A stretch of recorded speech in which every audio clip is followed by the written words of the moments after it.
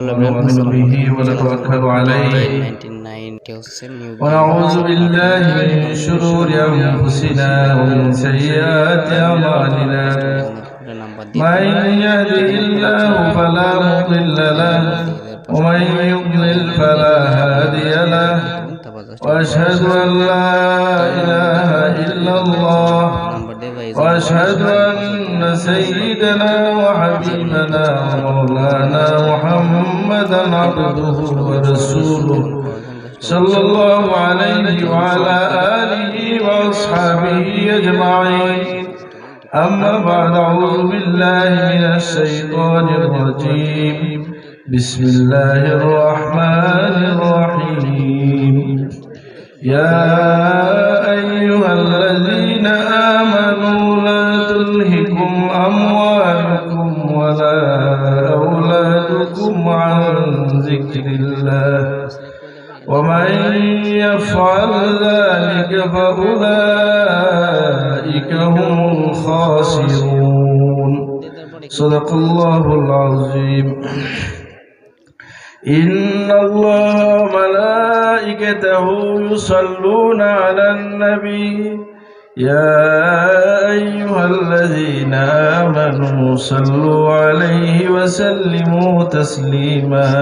بسم الله والحمد لله الصلاة والسلام عليك يا رسول الله. بسم الله والحمد لله الصلاة والسلام عليك يا رسول الله. الصلاة على النبي والسلام على الرسول الشفيع المبتحي ومحمد عربي بلغ العلا بكماله كشف الدجى بجماله حسنت جميع خصاله صلوا عليه وآله. مولاي صل وسلم دائما أبدا على حبيبك خير الخلق كلهم والحبيب الذي ترجى شفاعته لكل هول من الأهوال مقتحم. مولاي صل وسلم دائما أبدا على حبيبك خير الخلق كلهم وكلهم من رسول الله ملتمس غرفا من البحر أو رشفا من الديم. مولاي صل وسلم دائما أبدا على حبيبك خير الخلق كلهم.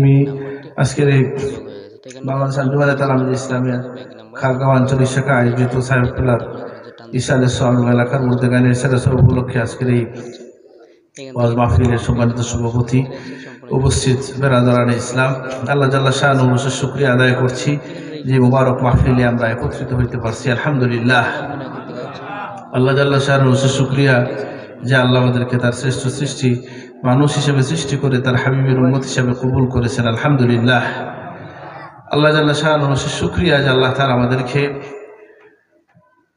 সুস্থ এবং নিরাপদ রেখেছেন এবং নিত্যদিনের খোরাকি জুগিয়ে যাচ্ছেন। আলহামদুলিল্লাহ, আমরা জানি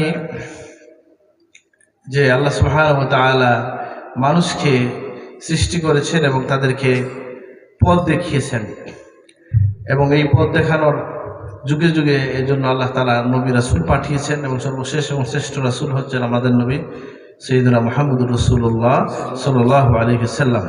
আল্লাহর হাবিবের শ্রেষ্ঠতম মুজিজা হচ্ছে কোরআন। কোরআন কারীমের মাধ্যমে আল্লাহ তাআলা তার আমাদের উপর যে সমস্ত করণীয়গুলো আল্লাহ তাআলা জানিয়ে দিয়েছেন। তা আমি যে আয়াত পড়লাম সেই আয়াতের মধ্যে আল্লাহ তাআলা বলে দিচ্ছেন আমাদেরকে যে আমাদেরকে যেন আমাদের ইয়া আইয়ুহাল্লাযীনা আমানু লা তুলহিকুম আমওয়ালুকুম ওয়ালা আওলাদুকুম আন যিকরিল্লাহ, যে হে মানুষ ঈমানদাররা তোমাদেরকে তোমাদের সম্পদ এবং সন্তানরা যেন আল্লাহর জিকির থেকে অমনোযোগী করতে না পারে এবং কাউকে যদি এটা অমনোযোগী করে তাহলে তিনি ক্ষতিগ্রস্তের অন্তর্ভুক্ত হবেন। যেন আল্লাহর কাছে আমরা দোয়া করি, আল্লাহর দোয়া নিয়ামত সহায় সম্পদগুলোকে যেন আমরা আল্লাহর পথে ব্যয় করতে পারি। আল্লাহ তুমি তৌফিক দান করো, আমিন। আমরা যে আল্লাহ সুবহানাহু ওয়া তাআলা আমাদেরকে যে নির্দেশনাগুলো দিয়েছেন কোরআন কারিমে, এর মধ্যে আপনি দেখবেন আল্লাহর নবীর যে দিনটা যে সহজ, এই দিন যে মানুষের জন্য অত্যন্ত সহজভাবে মানার সুযোগ আছে। ইসলামের বিধানগুলো দেখলে আপনি বুঝতে পারবেন। যেমন আমরা জানি যে সম্পদ যেটা আছে, এই সম্পদগুলো আমাদের যে সম্পদ আল্লাহ তাআলা দিয়েছেন তার সাথে আমাদের ব্যবহার কেমন হবে, এই সম্পদ কিভাবে ব্যবহার করব, এটার পদ্ধতি আল্লাহ তাআলা বলে দিয়েছেন। যেমন আমরা সকলেই জানি দান করা একটা ভালো কাজ, জানি কিনা সবাই? কিন্তু দান করার ক্ষেত্রে তো আল্লাহ তাআলা একটা নীতি বলে দিয়েছেন যে ওয়ালা তাজআল ইয়াদাকা ইলা উনুকিকা ওয়ালা তাবসুতহা কুল্লাল বাসতি ফাতাকুদা মালুমান মাখজুরা। যে আমরা এই দানের ওয়াজ আপনারা শুনতে শুনতে অনেকের এই কথা মনে হইতে পারে যে আমাদেরকে কি সব দিয়ে দেওয়ার কথা বলা হয়েছে কিনা। না, আল্লাহর হাবিব যখন এই যে আয়াত বললাম, এই আয়াতের অর্থ কি, যে তোমরা তোমাদের হাতকে ঘাড়ের উপরে চেপে ধরো না এইভাবে, যে মানে কাউকে কিছু দাও না এমন যেন না হয়। দান করবে ওয়ালা তাবসুতহা কুল্লাল বাসতি, আবার একসাথে সব দিয়ে দিবা, নিজে রাস্তায় নেমে যাবা, এটাও আল্লাহ বলেন নাই। কারণ কি, যে তোমার জীবন চালানো তোমার একটা দায়িত্ব। এই জন্য হাবিবে কিবরিয়া মুহাম্মদুর রাসূলুল্লাহ সাল্লাল্লাহু আলাইহি সাল্লাম ফরমাইছেন যে কেউ যদি তার পরিবারের কাছে উপর যে খরচ করে, এটা হচ্ছে উত্তম সাদাকার সওয়াব পায়। সুবহানাল্লাহ। তাহলে আমরা বুঝলাম এটা, যে পরিবারকে বোঝা মনে না করা, পরিবারকে বহন করে নেওয়া, চালিয়ে নেওয়াও এটা আপনার আমার দায়িত্বের মধ্যে পড়ে। এবং ইসলামের এই যে প্রিয় নবী সাল্লাল্লাহু আলাইহি ওয়াসাল্লামের যে হাদিস এসছে, যে এক সাহাবী মৃত্যুর সময় প্রিয় নবী সাল্লাল্লাহু আলাইহি ওয়াসাল্লাম যখন হাজির হয়েছেন, তখন তিনি কি বলছেন? সেই সাহাবী বলছে, ইয়া রাসূলুল্লাহ, আমার মন চায় যে আমার সব সম্পদ আমি দিয়ে দেব। তো নবীজি বলছেন, না, সব না। তিনি বলছেন, ইয়া রাসূলুল্লাহ, তাহলে আমি অর্ধেক দিয়ে দেব। তিনি বলছেন, না, অর্ধেক না, তুমি এতে দাও, অর্ধেক দিতে পারবা না। ইয়া রাসূলুল্লাহ, তাহলে আমি সুলুস দিব, 3 ভাগের 1 ভাগ দিব। নবীজি বলেন, হ্যাঁ, 3 ভাগই দাও এবং এটাই যথেষ্ট। আর সুলুসু কাসীর, 3 ভাগের 1 ভাগই যথেষ্ট। সুবহানাল্লাহ। তাহলে বোঝা গেল আপনার সম্পদের ব্যাপারে আল্লাহ সুবহানাহু ওয়া তাআলার এটা কেমন, যে আমরা নিজেরাও খাবো আবার অন্যকে খাওয়াবো। এই জন্য কোরআন কারীমে আল্লাহ তাআলা বলে দিয়েছেন, মুমিনের বৈশিষ্ট্য হচ্ছে মিম্মা রাযাকনাহুম ইউনফিকুন, তাদেরকে যে আমি রিজিক দিয়েছি সেখান থেকে তারা ব্যয় করে। ব্যতিক্রম বিষয়টা ভিন্ন। যেমন আল্লাহ রসুলের বিধানটা কেমন ছিল, নবীজি নিজের জন্য কেমন আমল করেছেন, তিনি দেখা গেছে যে আম্মা জান আয়েশা সিদ্দিকা বলছেন যে দিনের পর দিন এমন গেছে যে আমাদের ঘরে চুলা জ্বলত না। যখন রাসূলুল্লাহকে জিজ্ঞেস করা হইল আম্মা জান আয়েশা সিদ্দিকাকে, তখন আপনারা কি খাইতেন? তখন তিনি বলছেন, আমরা আসওয়াদাইন খাইতাম। আসওয়াদাইন হচ্ছে 2টা কালো জিনিস, একটা হচ্ছে পানি, একটা খেজুর। খেজুর খেয়ে দিনের পর দিন আল্লাহ রসুলের পরিবার কাটিয়ে গেছেন। সুবহানাল্লাহ। আর আপনার জন্য এটা বাধ্য করা হয় নাই। আর আল্লাহ নবীর দানের হাতটা কেমন ছিল? কানা আজওয়াদুন নাস, আজওয়াদ মিনার রিহাল মুরসালাহ, প্রবাহমান বাতাসের চেয়েও তিনি বেশি দানশীল ছিলেন। সুবহানাল্লাহ। মানে বেশি গতির দিক থেকে বোঝানো হয়েছে, অনেক বেশি দান করতেন। আমি বলছি কোন এক জায়গায় মনে পড়ে যে সাদাকার ব্যাপারে একখানা হাদিস এভাবে পাওয়া যায় যে আল্লাহ নবী একদিন দান করছিলেন, তখন শেষ হয়ে গেছে সব। তখন আসছেন একজন, এসে বলছেন যে ইয়া রাসূলুল্লাহ, আমাকে দেন। আল্লাহ নবীর কাছ থেকে তখন শেষ হয়ে গেছে সব। আল্লাহ নবী বলছেন, আচ্ছা, আল্লাহ নবী ফরমাইছেন যে তুমি দোকানে গিয়ে কর্জ করে আমার কথা বলে নিয়ে যাও। তখন এক সাহাবী বলছে, ইয়া রাসূলুল্লাহ, দেওয়া ঠিক আছে, কিন্তু এত দিতে হবে যে কর্জ করেও দিতে হবে? আমার কথা কি শোনা যায়? হ্যাঁ, মাঝে মধ্যে এই জন্য বুঝলাম যে কথা কেন বলায় লোকজন, যে মনে হয় যে অন্যদিকে মনোযোগ নাকি খেয়াল ছুটছে কিনা। তো প্রিয় নবী সাল্লাল্লাহু আলাইহি সাল্লাম বললেন, এক সাহাবী বললেন, ইয়া রাসূলুল্লাহ, দেওয়া ঠিক আছে, কিন্তু এত দিতে হবে যে খরচ করেও দেওয়া লাগবে, প্রয়োজন নাই ইয়া রাসূলুল্লাহ। আরেকজন বলে ইয়া রাসূলুল্লাহ আপনি দিতে থাকেন, আপনার আল্লাহ গরিব নয়। আল্লাহ নবী ওই সাহাবীকে ইশারা দিয়ে বললেন বিহাকাযা উমিরতু, তুমি যেভাবে কথা বলছো যে আমার আল্লাহর অভাব নাই, আমি সেভাবেই আদিষ্ট হয়েছি। সুবহানাল্লাহ। এই জন্য আরেকদিন আল্লাহর হাবিব দান করছিলেন, সম্পদের কথা বলছি, যে আল্লাহ নবী একটা দুম্বা থেকে বা একটা ভেড়া থেকে দান করতে করতে শেষ হয়ে গেছে। তখন পরিবার থেকে সাহেবা নিয়ে রাসূলুল্লাহ, আমাদের আম্মা কেউ একজন বলছে ইয়া রাসূলুল্লাহ আমাদের জন্য একটু বাকি আছে, মানে একটু রয়েছে আমাদের জন্য। নবীজি বললেন যে যেটা আমি দিছি মানুষকে এটাই বাকি আছে, আর যেটা আমরা খাবো এটা শেষ হয়ে যাবে। সুবহানাল্লাহ। আল্লাহর কালামে এরকম একটা বাণী আছে কি, যে আল্লাহর হাবিব ফরমাইছেন, কোরআন কারীমে আসছে মা ইনদাকুম ইয়ানফাদু ওয়া মা ইনদাল্লাহি বাক, তোমাদের কাছে যেটা আছে এটা শেষ হয়ে যাবে, আল্লাহর কাছে যেটা রাখছো সেটা বাকি থাকবে। সুবহানাল্লাহ।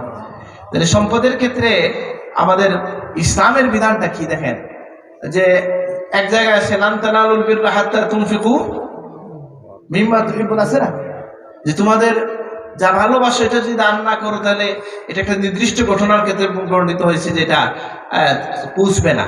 কিন্তু দেখেন আল্লাহ রাসূল যখন কাউকে আনতে পাঠাইতেন, কি বলে এটাকে, সাদাকা আনতে পাঠাইতেন, মানে যাকাতের মাল আনতে পাঠাইতেন, সংগ্রহ করতে পাঠাইতেন, তখন নবীজি কি বলতেন যে তোমরা সম্পদের ভালো অংশ, মানে সবচেয়ে বড় সবচেয়ে মোটাতে যেটা তুমি নিয়ে আসবা না, হুজবিল হাওয়াশি আমওয়ালিহিম, তাদের মালগুলোর মধ্যম যেগুলো আছে এগুলো নিয়ে আসো, মানে বাছাই করে তুমি যাকাতের জন্য সবচেয়ে বড়টা নিয়ে যাও আসবা, এটা না। বরং নিষেধ করছেন আল্লাহ রাসূল যে ইত্তাকি কারাইমি আমওয়ালিহিম, এক হাদিসের মধ্যে আসছে যে তোমরা বেঁচে থাকো তাদের শ্রেষ্ঠ মালটা গ্রহণ করা থাকে। তার মানে কি বোঝা গেল, ধরো আমাদের মনে অনেক দানের ওয়াজ সব ওয়াজের মধ্যেই হয়, তাই না, বুঝলেন এই কথাটা? যে আমি শুনলাম সুন্দর করে হুজুর আবার বলেও একজন দিচ্ছেন 500 টাকার নোট, তাকে দিয়ে লন্ডনের পাসপোর্ট আছে না এরকম বলে, এরকম বলে না অনেকে, বলে বলে নেওয়া হয়, অসুবিধা নেই, এগুলো কোনো নিন্দার কিছু না। আর কিছু বিষয় আমি নিজেও বুঝি না, যে আমাদের যে বিদেশমুখীতা এটা নিয়ে আমার একটু কথা আছে, কিন্তু বোধহয় কেউ কেউ রেকর্ড করতেছে, এগুলো খুব একান্ত পরিসরে বলা যাইতে পারতো যে আসলে এটাই জীবনের একমাত্র লক্ষ্য। তো অনেক তরুণ, অনেক যুবক জীবনে আর কিছুতে হাত দিচ্ছে না, শুধু বিদেশের অপেক্ষায়। এটা কেন হবে? আমি দেশে কিছু চেষ্টা করি, যে আল্লাহ আমাকে অন্য জায়গায় রিজেক্ট দিবেন তিনি তো এখানেও রিজেক্ট দিতে পারেন কিনা? অবশ্যই পারেন। কিন্তু আমাদের সেই একটু আবার বিদেশ যাওয়াকে আমি নিষেধ করছি না, এটা তো প্রয়োজন আছে হয়তো, তবে স্থায়ীভাবে থাকার ব্যাপারে তো আলেমদের মাসালা আছে, যে কোনো মুসলমানের দেশে স্থায়ীভাবে জীবনযাপনের উদ্দেশ্যে যাওয়াটা বৈধ কিনা। বেশিরভাগ আলেমেরই বলেন যে এটা বৈধ না। 2-3টা কাজের জন্য যাইতে পারেন, যেমন জ্ঞান অর্জনের জন্য, সাময়িক সময়ের জন্য রোজগারে যদি যান, অথবা দিন প্রচারের জন্য। তো যাই হোক, আমি যেটা বলছিলাম যে আমাদের সম্পদের সাথে আমাদের ব্যবহারটা কেমন হবে, যে আমাদের এই সম্পদ আমাদের জন্য কি হবে, কখনো কখনো আমাদের এই সম্পদটা আমাদের জন্য অবাল হতে পারে, আবার এটা আমাদের জন্য রহমত হয়ে যেতে পারে। এই জন্য সম্পদের মেনটেনেন্স যেটা, এটা কোরআন সুন্নাহ মতো, নবীজির তরিকা মতো হওয়া দরকার। আল্লাহ আমাদেরকে তৌফিক দান করুন, আমিন।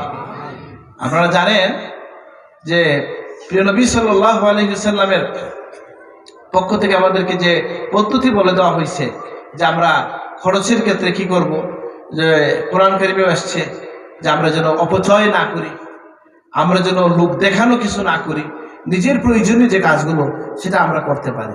কিন্তু সম্পদ আপনার জন্য রহমত হইতে পারে। যেমন আল্লাহর হাবিব বলছেন তোমাদের কুরবানির পশুটাকে বড় করো, ফাইন্নাহু মাতায়াকুম আলা সিরাত, অথবা কাল রাসূলুল্লাহ, যে কুরবানির পশু তোমাদের জন্য সিরাতে, নাকি কোথায় এটা সিরাত বলতে কি পুলসিরাত যেটাকে আমরা বলি নাকি, আচ্ছা এটা আরবিতে সিরাত বলা হয়। এই সিরাতটায় পুলসিরাতে এটা তোমাদের জন্য বাহন হবে। তা আমি এই ওয়াজ করে তো একটু বিপদেই পড়ছিলাম।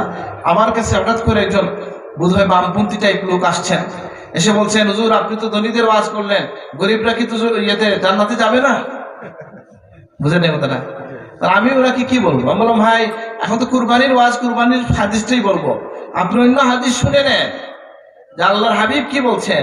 আমি যখন আউয়ালু মান কারা হিলাকাতাল বাবিল জান্নাহ, জান্নাতের দরজা প্রথম আমি খটখটাবো, আর আমার সাথে আমার উম্মতের মিসকিনরা থাকবে। সুবহানাল্লাহ। তাহলে মিসকিনের যাওয়ার পথ আছে কি নাই? এবং ধনীর চেয়েও তো তাড়াতাড়ি নাকি? রাসূলুল্লাহর সাথে যে যাবে তার তো সিরাতের প্রশ্ন আসে না, মুহূর্তের মধ্যে সে রাসূলুল্লাহর সাথে পার হয়ে যাবে। সুবহানাল্লাহ। তবে এই মিসকিনের শর্ত আছে, এটা অনেক জায়গায় আমি বলছি, আর লম্বা করতে চাই না। আমি দুঃখিত যে খুব সুন্দর পরিবেশ, কিন্তু আমার ছেলে আসতেছে, আমি তো গাড়ি দিয়ে আপনার শেরপুর থেকে উঠবো, ওই জন্য লম্বা কথা বলতে পারবো না। তো যেটা বললাম যে আল্লাহ তাআলা যে আমাদেরকে মালের কথা বলছেন, এই মালটা আমাদের জন্য সম্পদ, যেটা দৌলত, যেটা এটা আপনার জন্য বড় নিয়ামত। এটা থাকলে পরে আপনি কিছু আমল করতে পারেন যেটা গরিবের মধ্যে করা যায় না। যেমন আপনি হজ করতে পারতেছেন, আপনি অন্য মানুষকে সাহায্য করতে পারতেছেন, দিনের কাজে ব্যয় করতে পারতেছেন, তাহলে সম্পদশালী হওয়া এটা কি অন্যায়? না। আর সম্পদশালী হওয়ার চেষ্টা করা, তাতেও কোনো অসুবিধা নাই, ব্যবসা করাতে কোনো অসুবিধা নাই। আমাদের সমস্যা হচ্ছে, সমাজের সমস্যা হচ্ছে, আমাদের দৃষ্টিভঙ্গির সমস্যাটা হচ্ছে কি, যে আমরা কি করি, যে আমরা যেভাবেই হোক ধনী হয়ে যাওয়ার চেষ্টা করি। এই যে অন্যায় প্রতি যেন ধনী হওয়ার চেষ্টা না করি, এটাকেই নিষেধ করা হয়। ঠিক আছে না? যে কোনো পুষ্পদবি ভাইয়া অন্যায়ভাবে অর্জন করা অথবা সুদের মাধ্যমে অর্জন করা, এই সমস্ত বিষয়কে নিষেধ করা হয়েছে। এই জন্য সাহাবীরা এসে যে নবীজির কাছে যে সুবহানাল্লাহ, আলহামদুলিল্লাহ, আল্লাহু আকবারের তসবির ফজিলতে এই হাদিস কি আসছে, যে আল্লাহর হাবিব কি যখন যে সাহাবীরা বলছেন, গরিব সাহাবীরা, ইয়া রাসূলুল্লাহ আমাদের তো হয়ে গেছে, ধনীরা যেমন কিছু আমল করে, আমরা যেটা করি তারাও করে, আমরা নামাজ পড়ি, রোজা রাখি, তারাও রাখে, আবার আমরা যাকাত দিতে পারি না, হজ করতে পারি না, তারা এটা করতে পারে, আমাদেরকে এমন কিছু দেন যাতে ধনীদের সাথে কিয়ামতের দিনে আমরা আগায় থাকতে পারি। নবীজি বলছেন এমন একটা তাসবিহ দিচ্ছি তোমাদেরকে যে ধনীরা তোমাদের কাছেও আসতে পারবে না। সুবহানাল্লাহ। সেটা কি? সেটা হচ্ছে তোমরা পড়বা সুবহানাল্লাহ আলহামদুলিল্লাহ 33 বার, আছে না? আলহামদুলিল্লাহ, আল্লাহু আকবার, শেষে হচ্ছে লা ইলাহা ইল্লাল্লাহু ওয়াহদাহু লা শারীকা লাহু লাহুল মুলকু ওয়া লাহুল হামদু ওয়া লা কুল্লি শাইইন কাদির। কেউ কেউ এটাকে 34 বারও বলছে, বিভিন্ন বর্ণনা আসছে, আল্লাহু আকবার 34 বার, বা শেষের কালিমাটা পড়া। এই যে বর্ণনাগুলো বিভিন্ন বর্ণনায় আসছে, তো এটা নবীজি যখন বলছেন, গরিব সাহাবীরা পড়তে শুরু করছেন, কিছুদিন পরে তারা এসে বলছেন, ইয়া রাসূলুল্লাহ আমাদের মধ্যে ধনী যারা, আমাদের ধনী যারা, তারা তো এটা খবরটা কিভাবে পাইয়া তারাও পড়তে শুরু করে দিচ্ছে, কি করা যায়? রাসূলুল্লাহ ফরমাইলেন, তাইলে আর কিছু করার নাই, যালিকা ফাদলুল্লাহি ইউতিহি মান ইয়াশা, আল্লাহর ইচ্ছা, আল্লাহ যাকে দান করেন তার, আল্লাহর এটা ইচ্ছা। তো যাই হোক, আমরা যেন আমাদের এই সম্পদের ব্যবস্থাপনায়, এই যাকাতের কথা আমি বললাম যে খুব বেশি না, আল্লাহ তাআলা এই সম্পদের কথা কি বলছেন, ওফি আমওয়ালিহিম হাক্কুল লিসাইল ওয়াল মাহরুম, তোমার সম্পদের মধ্যে, তাদের সম্পদের মধ্যে মাহরুম এবং বঞ্চিত মানুষের অধিকার আছে। সুবহানাল্লাহ। এটা আপনি, এই যে আমরা কোন গরিব মানুষ যখন দান চায়, কিছু চায়, আমরা কি বলি, মাফ করো। মাফ করো কেন বলবেন? আমি দিব না বলতে পারি কিনা? বলেন না, পারি কিনা? তো দিব না বলি না কেন? ওই জন্য আমার দাদা সাহেব একটা কথা বলতেন, যে সমাজে যেটা চলে মানুষের মুখে মুখে, সেটা তাআমুলুন নাস হুজ্জাহ, মানুষের যে সমস্ত ব্যবহার কথাবার্তা আছে মুসলিম সমাজে বিতর্ক ছাড়া প্রতিষ্ঠিত হয়ে গেছে যে বিষয়, এটা নিশ্চিতভাবে দলিল আছে। আলহামদুলিল্লাহ। এই কথাটা বলার অর্থ কি? তার মানে তোমাকে আমার দেওয়া উচিত ছিল, আমি পারতেছি না, আমাকে মাফ করো। মাশাআল্লাহ। বুঝলেন নাই? গরিবকে মাফ করো, কিন্তু আমরা মাফ করোটাও খুব কঠোরভাবে বলি, তাই না?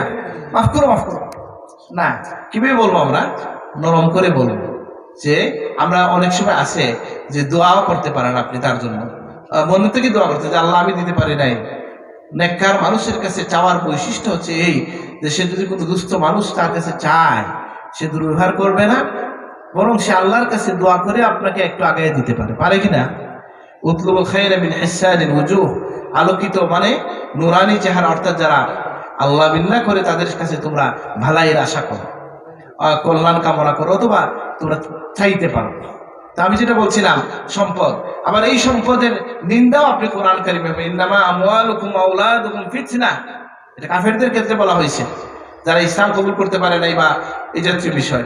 আবার মুসলমান মানুষের মধ্যে যেটা হয় যে দেখা গেছে অনেক গ্রামে শিশু সন্তান নিয়ে মারামারি লেগে যায়, দেখছেন কিনা? বাচ্চাদের মারামারি নিয়ে বড়দের মারামারি হয় কিনা অনেক সময়। কেন? আপনি তখন অন্ধ হয়ে গেছেন। এটা বাচ্চাদের বিষয়, বাচ্চাদের মতো করে দেখা উচিত ছিল। এটা আমাদের জন্য এই সম্পদ এবং এই সন্তান আমাদের জন্য পরীক্ষা। ইন্নামা আমওয়ালুকুম ওয়া আওলাদুকুম ফিতনা, এটা তোমাদের জন্য পরীক্ষা। এই পরীক্ষা থেকে আপনি কিভাবে উত্তরণ পাবেন? যেটা যথাযথ ব্যবহারের মধ্য দিয়ে। তাহলে আল্লাহ যে বললেন আমাদের সম্পদ যেন আমাদেরকে, অন্য জায়গায় আসছে আল্লাহ কোরআনকে নিয়ে বলতেছেন ইয়াউমা লা ইয়ানফাউ মালুন ওয়ালা বানুন ইল্লা মান আতাল্লাহা বিকলবিন সালিম, যে সেই দিনে কিয়ামতের ভয়াল দিনে তোমাদের কোনো সম্পদ সন্তান কাজে আসবে না, কেবলমাত্র নিষ্কলুষ অন্তর নিয়ে যে হাজির হবে তাকেই কবুল করা হবে। সুবহানাল্লাহ। নিষ্কলুষ অন্তর যেন আল্লাহ, এই জন্য দোয়া করতে হয়, কালবকে সালিম করার জন্য দোয়া করতে হয় কিনা? আল্লাহর কাছে বলতে হয় যে আল্লাহ আমাকে আমার অন্তরটাকে আপনি কলুষ মুক্ত করে দেন। আমি তো আমার কোনো ভুল আছে এটাই স্বীকার করি না। রোগ ধরা পড়লে না ডাক্তারি নাকি? রোগ তো ধরাই পড়ে নাই। আমরা নিজেকে শ্রেষ্ঠ মনে করি। যিনি শ্রেষ্ঠ মনে করি তিনি আসলে বুকা। এটা আরবিতে একটা কথা আছে, আল উজবু আখিজুল লুব্বে, যে আত্মগর্বে ভুগে সে বুদ্ধিহারা। বুঝেন নাই ভিতরে? যে কখনো এই জন্য আপনি জলিলুল কদর সাহাবীদের ক্ষেত্রে দেখেন, তারা নিজেকে, আমার চাচা মুফতি সাহেবের কাছে সেদিন শুনলাম, আল্লাহু আকবার, এটা বলে উনি কেটে দিছেন আমার চাচা, যে সাহিবুস সিররি রাসূলিল্লাহ হুযায়ফা ইবনুল ইয়ামানকে রাসূলুল্লাহ ওমর রাদিয়াল্লাহু বলতেছেন যে তুমি তো রাসূলুল্লাহর সিরের খবর জানো, মানে ফাক কাদের মধ্যে আছে এই খবর রাসূলুল্লাহ তোমাকে বলছেন, আমাকে একটু বলো তো তুমি কি আমার মধ্যে নেফাকির কোনো আলামত পাও কিনা? সুবহানাল্লাহ। কি মনে করেন যে এত জলিলুল কদর? আমার চাচা থেকে শুনছি, এটা আমি সরাসরি পড়ি নাই। আচ্ছা, আমার সাথে আমরা তো ইসালে সবের বক্তব্য শুনতে পারি না, আমি ব্যক্তিগত আলাপে এটা শুনছি। তো শোনেন, এই যে উনি বললেন ইসালে সাহেব এটা বলছেন, চিন্তা করা যায় কোন লেভেলের মানুষ নিজেকে কত ছোট করে ভাবেন। সুবহানাল্লাহ, আল্লাহু আকবার। এই যে ওমর, হযরত আবু বকর সিদ্দিক রাদিয়াল্লাহু তার জিহ্বা ধরে টানতেছিলেন, ওমর রাদিয়াল্লাহু বললেন মা হাদা ইয়া আমিরুল মুমিনিন, কি হলো ইয়া আমিরুল মুমিনিন, মা লাকা ইয়া আমিরুল মুমিনিন, কি হইছে আমিরুল মুমিনিন? তিনি বলেন হাদা আওরাদানিল মাওয়ারিদ, আমি ভয় করি এই জিহ্বা আমাকে কিয়ামতের দিনে আটকাইয়ে দেবে। সুবহানাল্লাহ। উনি তার কথা বলছেন, আমরা সুবহানাল্লাহ কেন বলছি? যে সিদ্দিক আকবর কি আটকে যাবেন? আটকার তো কথা না। রাসূলুল্লাহ ফরমাইছেন যে যখন বলছেন, প্রিয় নবী সাল্লাল্লাহু আলাইহি ওয়াসাল্লাম বলছেন কাউকে ডাকা হবে রোজার দরজা থেকে, কাউকে জিহাদের দরজা থেকে, কাউকে বাবুর রায়্যান থেকে। কিসের দরজা এটা? রোজার দরজা থেকে। কাউকে জিহাদের দরজা, কাউকে সালাতের দরজা থেকে। তখন আবু বকর সিদ্দিক রাদিয়াল্লাহু আনহু বলছেন ইয়া রাসূলুল্লাহ, এমন কেউ কি আছে যাকে সব দরজা থেকে ডাকা হবে? আল্লাহ রাসূল বললেন আমি, হ্যাঁ, কাউকে ডাকা হবে, আমার ধারণা তুমি তাদের মধ্যে একজন। সুবহানাল্লাহ। সেই আবু বকর সিদ্দিক নিজেকে আত্মগর্বী হইছেন না। এই যে আমি ওয়াজ করতেছি, আমারও যে আত্মগর্ব চলে গেছে, এটা বলতে বলতে চেষ্টা করতে করতে এটা কি করতে হয়? ছুটাইতে হয়। এই জন্য নিজের বন্ধু বান্ধব থাকতে হয় খুব ঘনিষ্ঠ। শুধু তেল দে বন্ধু, এটা বন্ধু না, এমন কিছু ঘনিষ্ঠ মানুষ থাকতে হয় যার সাথে চুক্তি হবে যে তুমি আমাকে ভুল ভাইলে আমাকে বলবা। সেই প্রকৃত বন্ধু যে তার ভুল বলে দেয়। আল মুমিন মিরআতুল মুমিন ইযা রাআহু আইবান আসলাহাহু, কোন মুমিন এক মুমিন আরেক মুমিনের আয়না, সে তাকে ইসলাহ করে দিবে যদি কোনো ত্রুটি তার মধ্যে দেখে। কিন্তু দেখেন, এটাকে এই জন্য মিরআ কেন বলা হয়েছে, এটার অনেক ব্যাখ্যা দেওয়া হয়েছে। যে আয়না হচ্ছে এই জিনিস যে আপনাকে আপনার চেহারার অবিকল রূপটাই দেখায়, কিন্তু এই আয়না আবার আপনি সরে গেলে আরেকজন আসলে কি বলে যে তার নাকের মধ্যে ময়লা ছিল? বলে? বুঝলাম না, বলে কি না? বলে না। ঠিক সেইভাবে আপনি আপনার ভাইয়ের কোনো আয়াত দেখলে বলবেন না কাউকে, বললে তাকে বলবেন। আল্লাহ আমাদেরকে তৌফিক দান করো, আমিন। আবার লোক যদি গোয়ার হয় বলতে পারবেন আল্লাহ ডেলি বলতে পারবেন? বলা যাবে না তো। এই জন্য গোয়ার তুমি করা যাবে না যে নিজের ত্রুটির ব্যাপারে। হ্যাঁ, বলার একটা পদ্ধতি আছে, এটা অনেক জায়গায় আমি বলছি। পদ্ধতিটা কি? আবু সাঈদ দারানী রাহমাতুল্লাহ আলাইহি ফরমাইছেন মান ওয়াজা আখিহি সিররান ফাকাদ জানা ওমান ওয়াজা আখিহি আলানিয়াতান ফাকাদ শানা। যে ব্যক্তি তার ভাইকে গোপনে ওয়াজ করলো, গোপনে তাকে নসিহত করলো, সে তাকে তার জীবনকে সৌন্দর্যমণ্ডিত করলো। আর যে তার ভাইকে প্রকাশ্যে ওয়াজ করে সে তাকে লজ্জিত করলো। একজনকে আপনি নামাজে গাফিল দেখেন, বাজারে গিয়ে বলেন নমিয়া নামাজ দিকে পড়ো না, এটা কি নসিহত হয়েছে? হয় নাই। আপনি কি বলবেন? আপনি বলবেন যে আপনি তাকে শান্তিতে বলবেন। এবং নবীর সুন্নত থেকে বোঝা যায় কাউকে নসিহত করার আগে মায়া লাগাইতে হয়। আগে কি লাগাইতে হয়? মায়া লাগাইতে হয়। আগে তার আস্থা অর্জন করে যে আপনি তার ভালো চান। প্রিয় নবী সাল্লাল্লাহু আলাইহি ওয়াসাল্লামের সুন্নাত থেকে, হাদিস থেকে এটা বোঝা যায়, যেমনটা মুআজ ইবনে জাবালকে নবীজি মায়া করে বলছেন, ইয়া মুআজ ইন্নী উহিব্বুকা ফিল্লাহ, হে মুআজ আমি তোমাকে আল্লাহর ওয়াস্তে ভালোবাসি। ফাকুল দুবুরা কুল্লা সালাতিন, তুমি প্রত্যেক নামাজের শেষে পড়ো আল্লাহুম্মা ইন্নী আলা যিকরিকা ওয়া শুকরিকা ওয়া হুসনি ইবাদাতিক, হে আল্লাহ আমাকে সাহায্য করেন আপনার জিকিরের ব্যাপারে, আপনার শুকরিয়ার ব্যাপারে, আপনার ইবাদত সুন্দর করে সম্পাদনের ব্যাপারে। সুবহানাল্লাহ। এবং এই জন্য আমাদের পীর মুর্শিদ যখন, যার নামে আপনারা আজকে ইশারা সব করছেন, তিনি যখন নসিহত করতেন তখন তিনি বলতেন 5 ওয়াক্তের নামাজটা শান্তি মনে সুন্দর করে পড়ো, যার নামাজ যত সুন্দর তার জীবন তত সুন্দর। সুবহানাল্লাহ। আল্লাহ আমাদেরকে তৌফিক দান করুন, আমিন। তাহলে আমরা বললাম যে আমাদেরকে সম্পদের ব্যাপারে আমরা যেন এই যে ইন্নামা আমওয়ালুকুম ওয়া আওলাদুকুম ফিতনা, এখন একটা গল্প বলি, বলবো কিনা? আমার মধ্যে আছে সময় নাই না, গাড়ি ছাড়ছে, আমি চলে যাব, সময় নিতে পারছি না। আর আমি 2টা শব্দ নিয়ে কথা বলতে চাইলাম, একটা শেষ করছি আর একটা কথা বলা যাচ্ছে না। সেটা কি? যে গল্পটা হচ্ছে, এটা শুনছিলাম, এটা অনেক ওয়াজের বই টই পাওয়া যায়। আমি প্রথমে এইরকম একদম বইয়ে দেখছি, বাংলা বইয়ে দেখছি। সেটা কি? যে এক লোকের একসাথে 3 কাজ করছে, আবার মসজিদে আজানও হয়েছে। বুঝেন নাই? একটা হচ্ছে তার মাঠের গরুটা, বুঝেননি? মাঠের গরুটা আসবে, সে গিয়ে আনতে হবে। আবার দেখা যাচ্ছে তার ঘরে মিল বন্ধ হয়ে যাবে, আগে ছিল না, রাইস মিল ছিল না, বুঝেন নাই? তো রাইস মিল থেকে যে গিয়া দোকান লাগাই দেবে, মাগরিবের সময় নিয়ে আসবে সে তার চাল বা আটাটা। আর হচ্ছে যে তার ইয়ের মধ্যে, ক্ষেতের মধ্যে পানি দেওয়া হবে। পানির যেটা লাইন থাকে না, আপনাদের মনোনদীর এখানে আছে না, ওই যে লাইন খোলা লাগে একটা সময়, নির্দিষ্ট সময় পানি আসে, এটা বুঝছেন কিনা? আচ্ছা, এটা বুঝে উনি যখন দেখলো 3 কাজ একসাথে পড়ছে, একদিকে গেলে আরেকদিক যায়, তাহলে যা আমি আল্লাহর কাছেই যাই, আল্লাহ সমাধান দিবেন। উনি নামাজে চলে গেছেন। নামাজ থেকে যখন তিনি আসার পথে খেতে গেছেন, গিয়ে দেখেন যে উনি এটা ছাড়েন নাই ঠিকই, কিন্তু পাশের জমিন থেকে উপচে এসে তার এখানে পানি চলে আসছে। ঘরে গেছেন, উঠানে গিয়ে দেখেন যে নিজে থেকেই নিজের গরুটা বা ছাগলটা এসা দাঁড়ায় আছে পাথানের মধ্যে। অনেক সময় চলে আসে না গরু, এরকম চলে আসে না অনেক সময়।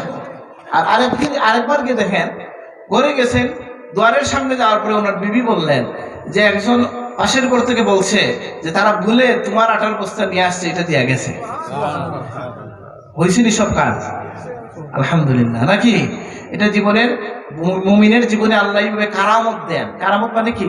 এরকম কিছু বিষয় ঘটে যে আপনার ইমানকে আরো মজবুত হয়ে যায়। আমরা তো আল্লাহর পথে হাঁটতে শুরু করলে এগুলা সকলের জন্য এটা ঘটবে, বুঝেন না এই কথাটা? এটা যে নির্দিষ্ট কিছু মানুষের জন্য ঘটবে এ কথাটা আমরা বলছি না, নির্দিষ্ট মানুষের ক্ষেত্রে যে ঘটবে এ কথাটা আমরা বলি না। তো সুতরাং আমরা বুঝলাম যে আল্লাহ তাআলার এই আমাদের সম্পদের ব্যাপারটাকে আমরা সঠিকভাবে, কত মানুষ আছি আমরা ব্যবসা সম্পদের ক্ষেত্রে কোনো আলেমের পরামর্শ নেই না, আছে না এরকম? কাউকে জিজ্ঞেস করা নাই যে কোনো মতে ধনী হয়ে যাইবা, আমাদের দান করবো না, আসেনি? এটা হবে না তো। ইন্না ইয়াতাকাব্বালুল্লাহ মিনাল মুত্তাকিন, আল্লাহ মুত্তাকিদের কাছ থেকে কেবল কবুল করেন। সুবহানাল্লাহ। ইবনে উমর রাদিয়াল্লাহু আনহু বলছেন যে আমার সারা জীবনের একটা আমল কবুল হয়েছে, আমি জানলে আমি খুশি হয়ে যাব, কারণ আমার নাম তখন মুত্তাকিদের তালিকায় উঠে যাবে। সুবহানাল্লাহ। এই জন্য আমরা যেন এটা খেয়াল রাখি। আর সম্পদের ব্যাপারটা আল্লাহ বলছেন লা তুলহিকুম আমওয়ালুকুম ওয়ালা আওলাদুকুম আন যিকরিল্লাহ, তোমাদের সন্তান যেন, সম্পদ যেন, সন্তান যেন তোমাদেরকে আল্লাহর জিকির থেকে বিরত না রাখে। এটা শানে নজুল আছে ভিন্ন, কিন্তু এটা ওভারঅল আমাদের ক্ষেত্রে আছে যে আপনি কোন সময় এই বিষয়টাকে, সন্তান কিভাবে বিরত রাখে, যে আপনি বাহ্যিক করতে নামাজের সময় হইতে পারে আপনার ছেলে আপনাকে জড়াইয়ে ধরছে, আপনি বুঝে ইয়ে করবেন। আর বাচ্চা কাচ্চা তো মসজিদে নিয়েও যাওয়া যায় ছোট হইলে। কেন আমাদের মাসালা আসছে যে পাগল এবং ছোট, একেবারে ছোট বাচ্চা নিবেন না। একেবারে ছোট বাচ্চা যে প্রস্রাব পায়খানার বিষয় বুঝে না, সেগুলো তো পরিবেশ নষ্ট হবে, তাই না? এই জন্য নিষেধ। আর পাগলের ক্ষেত্রে আর না হয় ছোট ছোট বাচ্চাকে হাতে ধরে মসজিদে নিয়েই যাবেন, আর তারা মসজিদে আসা যাওয়া শিখবে। মসজিদে তাদের স্থান হচ্ছে নিচের দিকে, পিছনের দিকে। কেন? যারা খেলাধুলা করে শেষে যাবে, বের হয়ে আসবে সকলের আগে। আলহামদুলিল্লাহ, ঠিক আছে কিনা? আর যদি জুইতের এক মুরব্বী পড়ে যান, তাহলে একজনই যথেষ্ট। মসজিদ গরম করে ফেলেন, বাচ্চা কেন আসছে নাকি, কেন কথা বলছে, এগুলো কখনো করবেন না। বিরক্ত হইলেও আপনি বলবেন না, ধমক দিবেন না, কারণ এরাই তো ভবিষ্যতের প্রজন্ম, মসজিদকে আবাদ রাখবে, আপনার জন্য দোয়া করবে, তাই না? তা আল্লাহর জিকিরের বিষয়ে আমরা তো ওই বিষয়ে অনেক ওয়াজ করা হয়েছে। আপনার সাহেব জিকিরের কথা বলছেন কি বলেন নাই? কি বলছে? যে দমে দমে আল্লাহর জিকির করো, আল্লাহ আমাদেরকে তৌফিক দান করো, আমিন। আমাদের প্রতিটা শ্বাস প্রশ্বাসকে আল্লাহ তুমি জিকির বানায় দাও, আমিন। আমি অনেক জায়গায় এই কথাগুলো বলছি যে ধরেন আপনি সকাল সন্ধ্যার যে দোয়াগুলো আছে, আমি আজকে কিন্তু করতে পারি না এই দোয়া, এই জন্য ওয়াজ করতে ভয় লাগতেছে। কারণ আরেকটা হাদিস আমাকে সাহায্য করছে। আমি আজকে শুনানিতে ছিলাম মৌলভীবাজার মাদ্রাসায়, টাউনশিপ কামিল মাদ্রাসায়। তো সেখানে যখন আমাদের খালি সাহেবদের কষ্ট হবে, এই জন্য আমি সকালের বিকালের জিকির বাদ দিয়ে আমি কি করছি, কোরআন কারীম শুনতে লাগছি। কেন? আরেকখানা হাদিসের মধ্যে পাইছি, মান শাগালাহুল কোরআন আন মাসআলাতি ওয়া যিকরি মান যিকরি ওয়া মাসআলাতি আতাইতুহু মা উতিয়া লিসাইলিন ওয়া কামা ক্বালা আলাইহিস সালাতু ওয়াস সালাম।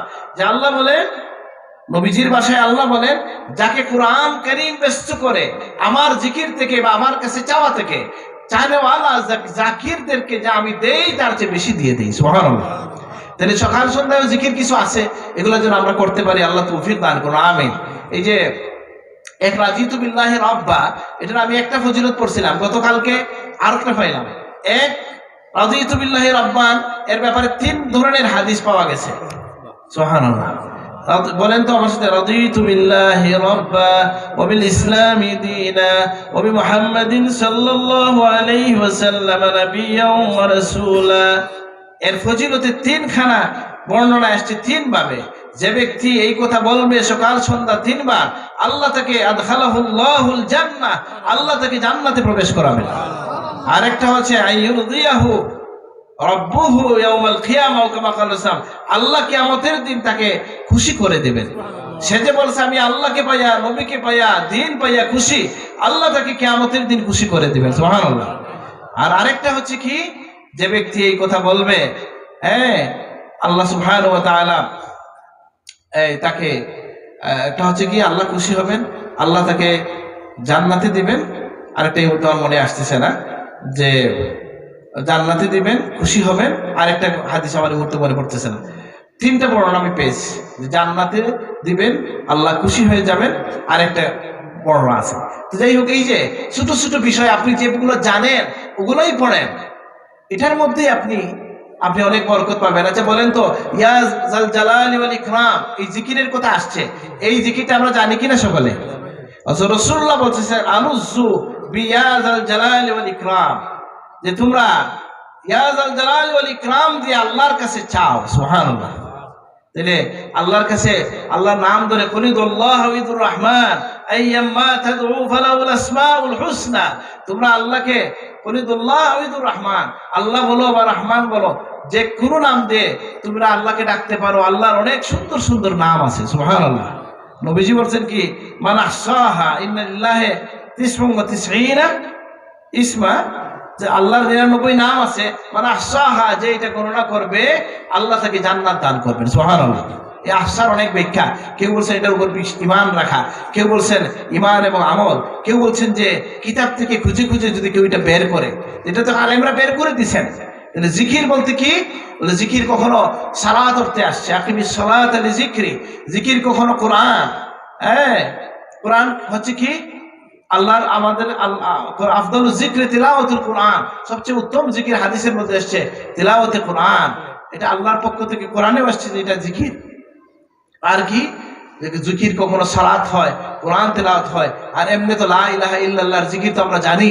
আর এই যে আপনাদেরকে বললাম সুবহানাল্লাহ, আলহামদুলিল্লাহ, আল্লাহু আকবার, এই যে 3টা হাদিস শরীফের মধ্যে এসছে, দুনিয়ার সকল কালামের মধ্য থেকে আল্লাহ তাআলা 4টা কালামকে সবচেয়ে গুরুত্ব দিয়েছেন, বাছাই করে নিছেন, পছন্দ করেছেন। সুবহানাল্লাহ। আচ্ছা, এগুলো খুব সহজ, খুব সহজ। আপনি সবাই কালেমাটা জানেন, বলেন আলহামদুলিল্লাহ। আর যদি আল্লাহ আপনার পছন্দের কালাম যদি আপনি কি করেন, আল্লাহর পছন্দের কালাম যেটা, এটা যদি আপনি পড়েন তাহলে আশা করা যায় মহান আল্লাহ আল্লাহ আপনাকে পছন্দ করবেন, যেহেতু আপনি আল্লাহর পছন্দের কালাম বলছেন। বলেন আল্লাহু আকবার। এই তিনবারে কিন্তু আপনাদেরকে আমি 4টার মধ্যে 3টা শিখাই দিয়ে ফেলছি। নবীজি বলছেন 4টা কথা আল্লাহ সবচেয়ে বেশি পছন্দ করেন, এর মধ্যে 3টা কৌশলে আপনাদেরকে আমি বলাই ফেলছি। বলছেন সুবহানাল্লাহ। বলেন পড়া কি বলছি? এরপরে কি আর ফাঁকে একটা বলছেন নবীজি, দেখেন তো এটা জানা না অজানা পড়ছে, সুবহানাল্লাহ আলহামদুলিল্লাহ ওয়ালা ইলাহা ইল্লাল্লাহ আল্লাহু আকবার। বলেন এর মধ্যে কোনটা জানেন না? বলেন,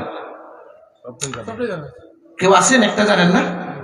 তো পড়েন তোমার সাথে, সুবহানাল্লাহি ওয়াল হামদুলিল্লাহি ওয়ালা ইলাহা ইল্লাল্লাহু আল্লাহু আকবার।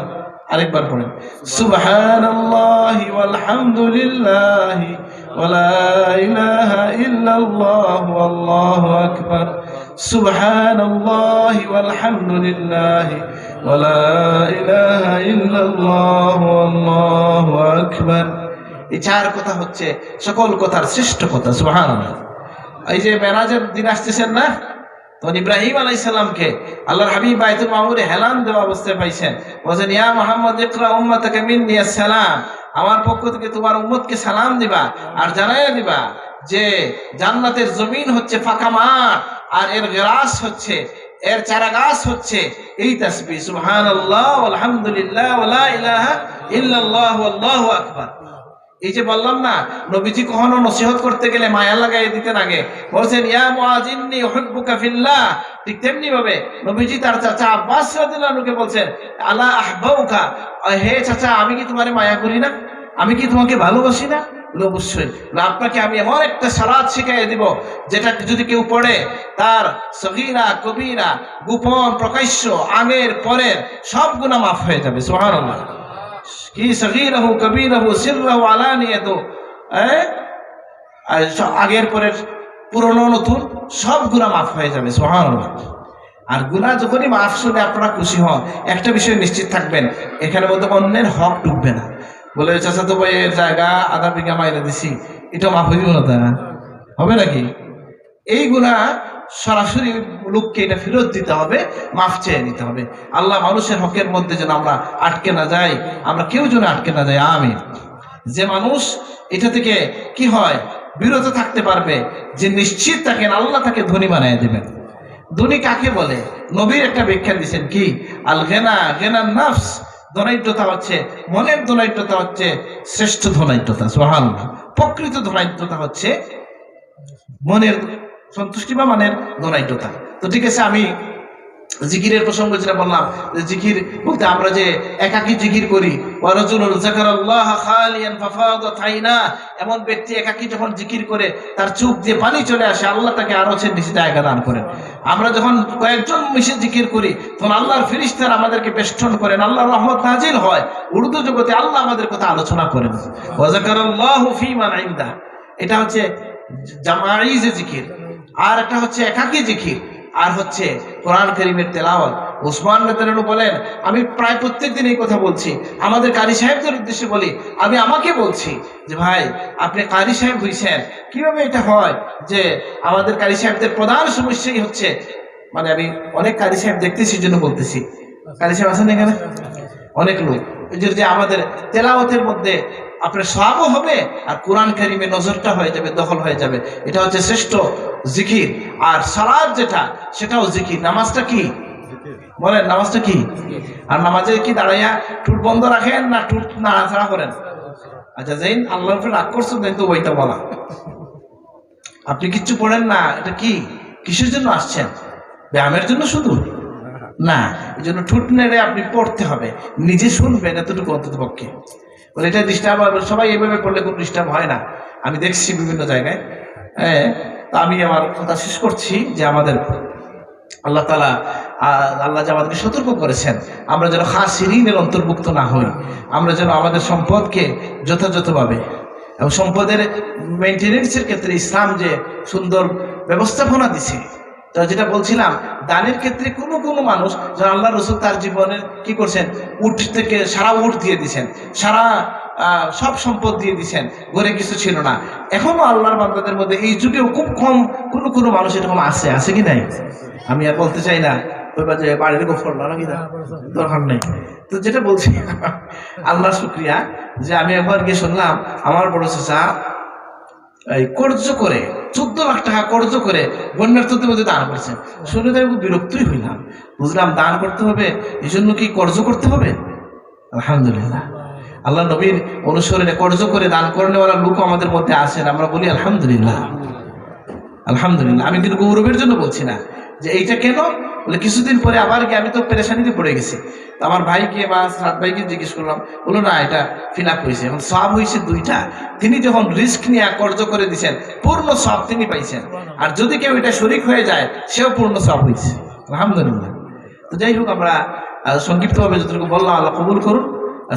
আমি সকলের কাছে দোয়া চাই। ওয়া আলাইকুম আসসালামু আলাইকুম। সাল্লাল্লাহু আলা সাইয়্যিদিনা মাওলানা মুহাম্মদ ওয়া আলা আলিহি ওয়া আসহাবিহি ওয়া সাল্লাম। সাল্লাল্লাহু আলা সাইয়্যিদিনা মাওলানা মুহাম্মদ ওয়া আলা আলিহি ওয়া আসহাবিহি ওয়া সাল্লাম। اللهم آمين. ربنا تقبل منا إنك أنت السميع العليم وتب علينا إنك أنت التواب الرحيم. ربنا ظلمنا أنفسنا وإن لم تغفر لنا وترحمنا لنكونن من الخاسرين. ربنا آتنا في الدنيا حسنة وفي الآخرة حسنة وقنا عذاب النار. يا الله আমাদের জিন্দেগির দাম খাতা কুসুরি মাফ করে দেন। আল্লাহ আমাদের আব্বা আম্মাকে মাফ করে দেন। আল্লাহ আজকের আয়োজনকে কবুল করে নেন। আল্লাহ আয়োজনের সব আপনার হাবিবের কাছে পৌঁছায় দেন। तमाम में करम साहबाए करम ताबीन तबे ताबीन इमाम मुस्ताहिद उलमा कुर्रा फका मुहद्दिसिन मुफस्सिरिन तमाम जायरा औलिया কেরামের কাছে পৌঁছায় দেন। আল্লাহ আতরফের সকল মুর্দগানের কাছে পৌঁছায় দেন। আমাদের পীর ও মুর্শিদের রূহের মধ্যে পৌঁছায় দেন। আল্লাহ সাইয়্যিদুল মুজাদ্দিদ ইয়ামানি দিন সেইটা ওলিয়ার কাছে পৌঁছায় দেন। আল্লাহ আমাদের মধ্যে অসুস্থ শিফা নসিব করে দেন। যারা অভাবগ্রস্ত অভাব দূর করে দেন। যারা ঋণগ্রস্ত আছে ঋণ আদায় করার তৌফিক দান করেন। বিদেশি যারা আছে আল্লাহ আমন আফিয়ত ঈমান আমাদের সালামতে রাখেন। আল্লাহ আমাদের রুজির মধ্যে বরকত নসিব করে দেন। আমাদের রিজকের মধ্যে বরকত নসিব করে দেন। ইয়া আল্লাহ দুনিয়ার দিকে দিকে আপনার হাবিবের মুসলিম উম্মতকে সাহায্য করেন। ফিলিস্তিনের গাজার মুসলমানকে সাহায্য করেন। আল্লাহ ভারতের মুসলমানকে সাহায্য করেন। আমাদের দেশ থেকে আপনি হেফাজত করেন। ভাই ভাই হিসেবে মিলেমিশে থাকার তৌফিক দান করেন। হিংসা বিদ্বেষের পরিবেশ দূর করে দেন। ইয়া আল্লাহ আজকের সভা যারা আয়োজন করেছেন সবাইকে কবুল করে নেন। সাহায্যকারদেরকে দুনিয়া আখিরাতে সাহায্য করেন। আল্লাহ আজকে যাদের উদ্দেশ্যে আয়োজন আমার দাদা সাহেবুল্লাহর জন্য, এলাকার মুর্দেগানের জন্য আল্লাহ তাদের কাছে সওয়াব পৌঁছে দেন। ইয়া আল্লাহ আমাদেরকে আপনার গোলামের জন্য কবুল করেন। আমাদের সম্পদকে যেন আমরা আপনার রজামন্দিতে ব্যয় করতে পারি তৌফিক দান করেন। আমাদেরকে জমে জমে আপনার জিকির নসিব করে দেন। আপনার দিনের প্রতি চলা আমাদের জন্য সহজ করে দেন। اللهم آت نفسي تقواها وزكها أنت خير من زكاها أنت وليها ومولاها رب ارحمهما كما ربياني صغيرا. اللهم إني أسألك من خير ما سألك منه نبيك محمد صلى الله عليه وسلم ونعوذ بك من شر ما استعاذك منه نبيك محمد صلى الله عليه وسلم وأنت المستعان وعليك البلاغ ولا حول ولا قوة إلا بالله العلي العظيم. سبحان ربك رب العزة عما يصفون وسلام على المرسلين والحمد لله رب العالمين. آمين.